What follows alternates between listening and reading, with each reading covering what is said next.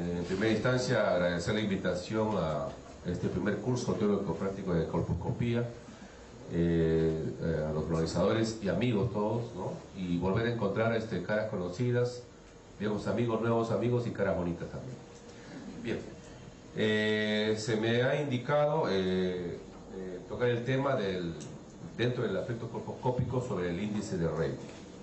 Bien, todos pertenecemos a salud, tenemos coberturas de áreas diferentes, con patologías predominantes en cada área. De repente Sabogal tiene una casuística de mayor incidencia por tasa de los diferentes casos de tanto lesiones premalignas como malignas, y hay que verlo, hay que estudiar. Creo que es una población muy especial la de Callao. En tal sentido, la siguiente, por favor.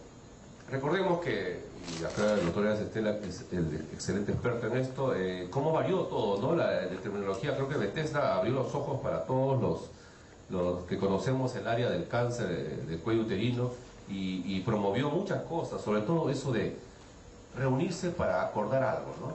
Para concordar en unas ideas, para unificar criterios y por supuesto al mismo tiempo beneficiar no solo a los pacientes, sino también a los colegas, a los médicos, ¿no? Entonces sabemos toda esa clasificación, ya las han revisado. La siguiente, por favor. Mencionarle que las terminologías cambiaron y se trató de hacer algo más fácil, ¿no? Para ver qué lesiones podrían mantenerse de repente no en un estado de paro armado, por así decirlo, y ante cuáles estar alertas, usar todos los mecanismos que podamos tener, desde los más conocidos, desde Kinselman. Ay, por favor. Acá tengo uno. Ay, no sé si... Gracias. Desde Kinselman, Schiller y por supuesto, de hablar Georgios Papanicolaou, toda la gente que inicialmente empezó a luchar en esto, hasta nosotros los últimos mohicanos que estamos acá siguiendo luchando fuerte con todas las nuevas tecnologías que podamos tener, que no son más que tecnologías que se están trayendo desde mucho antes, y por supuesto las partes moleculares. La siguiente, por favor. Recordemos, el resumen prácticamente de lo que serían las indicaciones de la colposcopía, ¿no? Básicamente es alteraciones en la citología. Recordemos que colposcopía no es detección, es ayuda diagnóstica, ¿no? Se añade el cuello de apariencia normal y por supuesto este último punto que casi no lo vemos, ¿no? La siguiente, por favor. Se ha hablado siempre que debe haber una correlación entre los diferentes diagnósticos o hallazgos. El de la citología, el Papanicolaou, la colposcopía, el motivo de este curso, y por supuesto la biopsia, que es la finalidad de la colposcopía. Lo ideal es tener una correlación cito-colpo-histológica, pero a veces hay pruebas como la biopsia, en este caso la histología o la colposcopía en segunda instancia, con alta sensibilidad, que van a permitir diagnosticar mucho más fácilmente una patología, a diferencia de la citología, que lamentablemente nuestra sensibilidad es demasiado baja. La siguiente. Entonces recordemos lo que el doctor Fernández alcancé a ver, la identificación de un cuello, ¿no? El cuello uterino, ¿no? Con un tamaño promedio, con unas lesiones benignas promedio, donde podemos ver la zona de transformación que se inicia donde están las flechas marcadas, ¿no?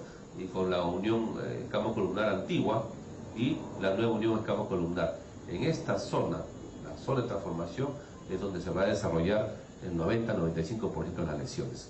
Es ahí donde tenemos que agudizar, identificar, describir, si es posible graficar y comparar nuestros resultados. Es esta zona donde tenemos que tener todos los sentidos para poder detectar, entre comillas, en segunda instancia, y por supuesto llevar a cabo los procedimientos, el más importante, las biopsias. La siguiente, por favor. El labio que decía el doctor Fernández, ¿no? El gráfico anterior se ve reflejado acá, nuevamente la unión escamocolumnar antigua y la nueva, ¿no? La zona endocervical, que será motivo de repente de otras patologías endocervicales. La siguiente. Entonces llamémonos colposcopistas, lo que más o menos hacemos colposcopía, ¿no?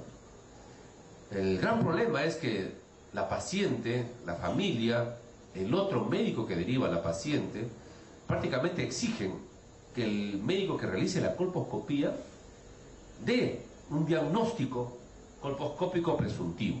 ¿no? O predictivo en todo caso, ¿no? Al final de haber explorado a la paciente.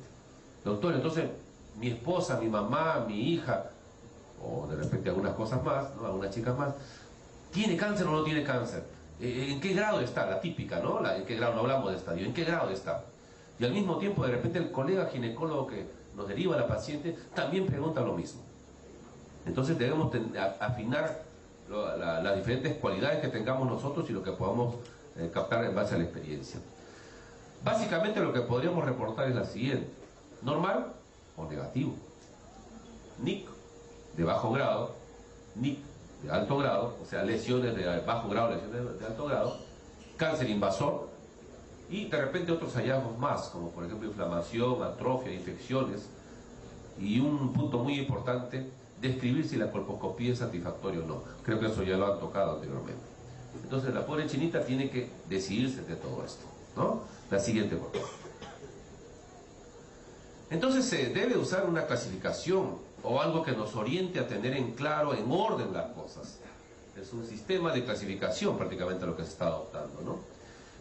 Puede guiar a la interpretación, tanto del que hace la colposcopía como de al quien va a ir la información. Y por supuesto un diagnóstico colposcópico en base a los hallazgos que hemos mencionado. Hacer que la colposcopía sea un modo menos subjetivo, ya que vienen muchos problemas. Esa subjetividad generalmente se da porque creo que todos sabemos poco. Nuestro mundo médico es demasiado amplio.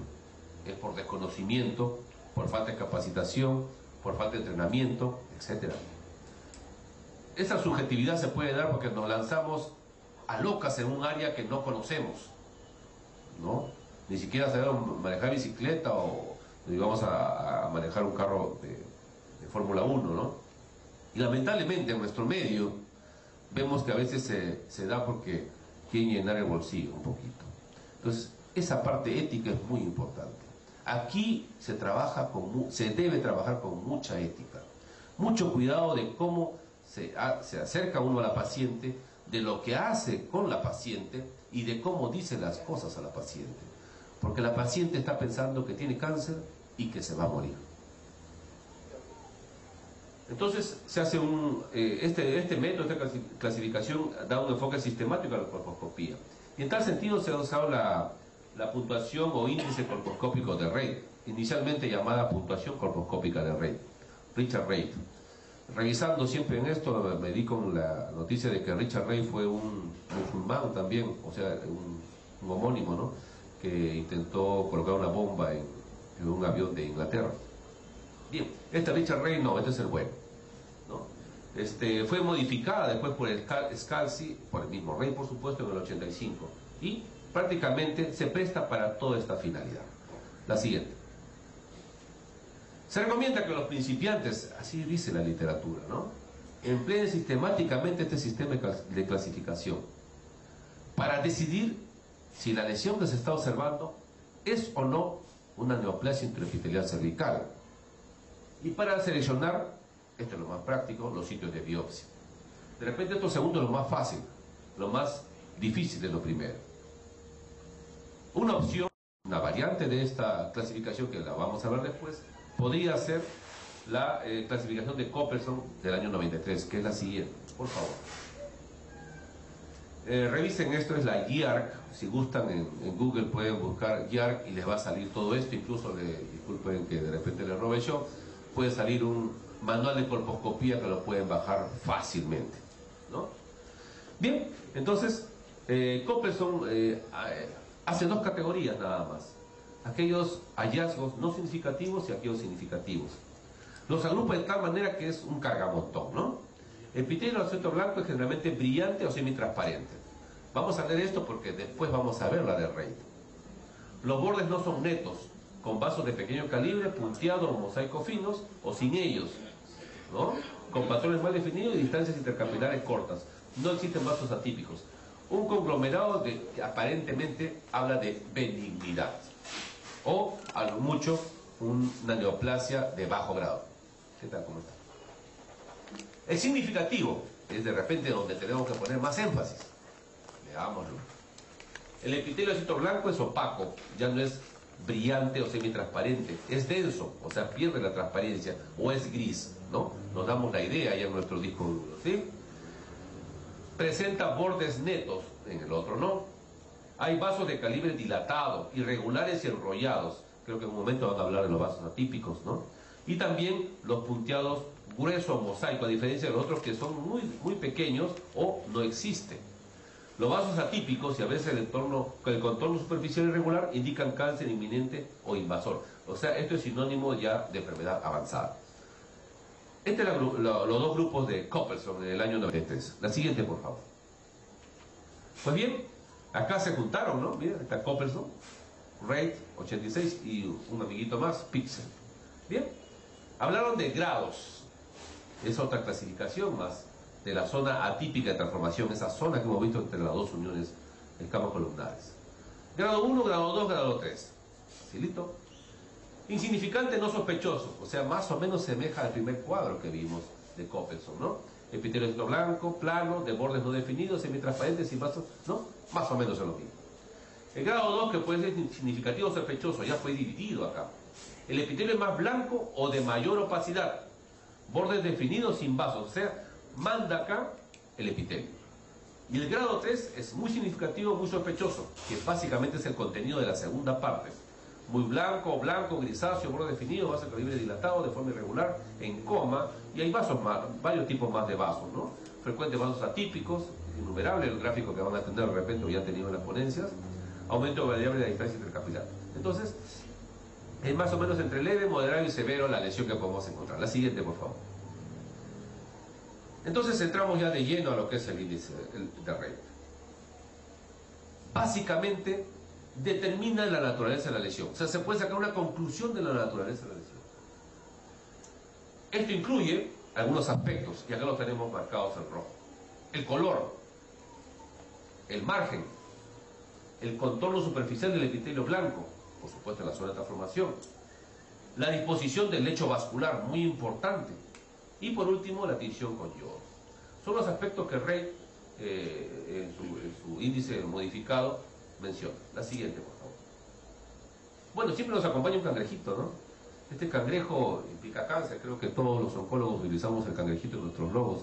Y acá está el signo de la mujer que está convirtiendo su mismo signo en una daga para vencer al cáncer. Y nosotros vamos a ayudar a empujarlo un poquito más ese cuchillo, ¿eh?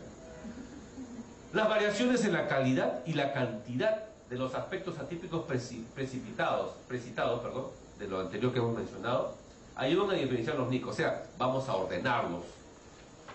De los cambios normales, como son los fisiológicos, benignos, infecciosos, inflamatorios y reactivos, que son muy comunes. Ya el Papa Nicolau pierde mucha sensibilidad por inflamación crónica.